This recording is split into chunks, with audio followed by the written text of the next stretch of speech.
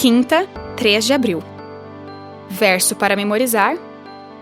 Mas aquele que se gloria, glorie-se nisto, em me conhecer e saber que eu sou o Senhor e faço misericórdia, juízo e justiça na terra, porque destas coisas me agrado, diz o Senhor. Jeremias 9, 24. Literal ou simbólico? Quando estudamos as profecias, uma das principais questões com as quais lidamos é como determinar se algum texto deve ser entendido de modo literal ou simbólico. Como saber se o autor usou linguagem simbólica e como descobrir o que esse símbolo representa? A principal maneira de descobrir isso é analisando como os símbolos ou figuras são usados ao longo de toda a Bíblia, em vez de observar como são entendidos em nossa época.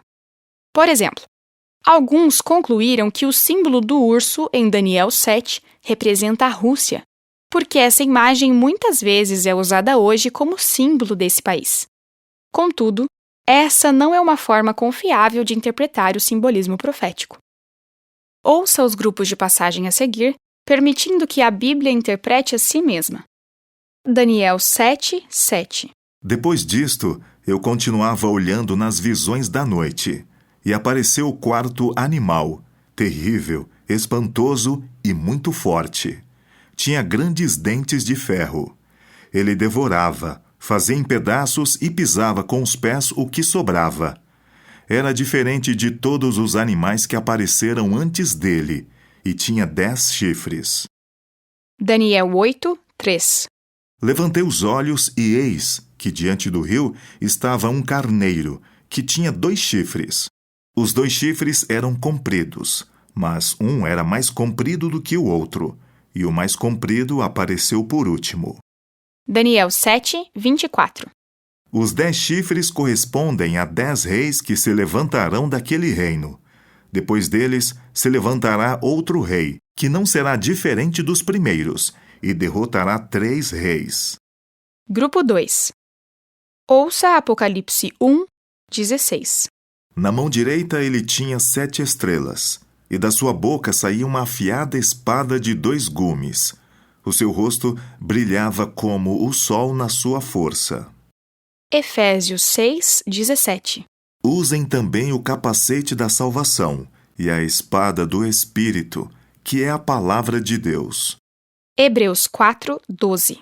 Porque a palavra de Deus é viva e eficaz, e mais cortante do que qualquer espada de 2 gumes, e penetra até o ponto de dividir alma e espírito, juntas e medulas, e é apta para julgar os pensamentos e propósitos do coração. Grupo 3. Ouça Apocalipse 12, 1. Viu-se grande sinal no céu, uma mulher vestida do sol, com a lua debaixo dos pés e uma coroa de 12 estrelas na cabeça. Apocalipse 21, 2. Vi também a cidade santa, a nova Jerusalém, que descia do céu da parte de Deus, preparada como uma noiva enfeitada para o seu noivo. Efésios 5, 31 e 32. Eis porque o homem deixará o seu pai e a sua mãe e se unirá à sua mulher, tornando-se os 2 uma só carne. Grande é este mistério, mas eu me refiro a Cristo e à Igreja. Jeremias 6, 2. Deixarei em ruínas a formosa e delicada filha de Sião. Pergunta 5. Que símbolo profético aparece em cada grupo de passagens e o que esse símbolo representa segundo a própria Bíblia? Quando seguimos o princípio de que a Bíblia deve interpretar a si mesma, a maior parte dos mistérios que existem por trás do simbolismo profético desaparece. Vemos, por exemplo, que chifre simboliza poder político ou nação. Espada representa a palavra de Deus. E mulher se refere à igreja. Vemos claramente a Bíblia se explicando. Por que Deus falou por meio de símbolos em vez de ser mais direto em sua revelação? Por que Pedro, de maneira enigmática, referiu-se a Roma como Babilônia?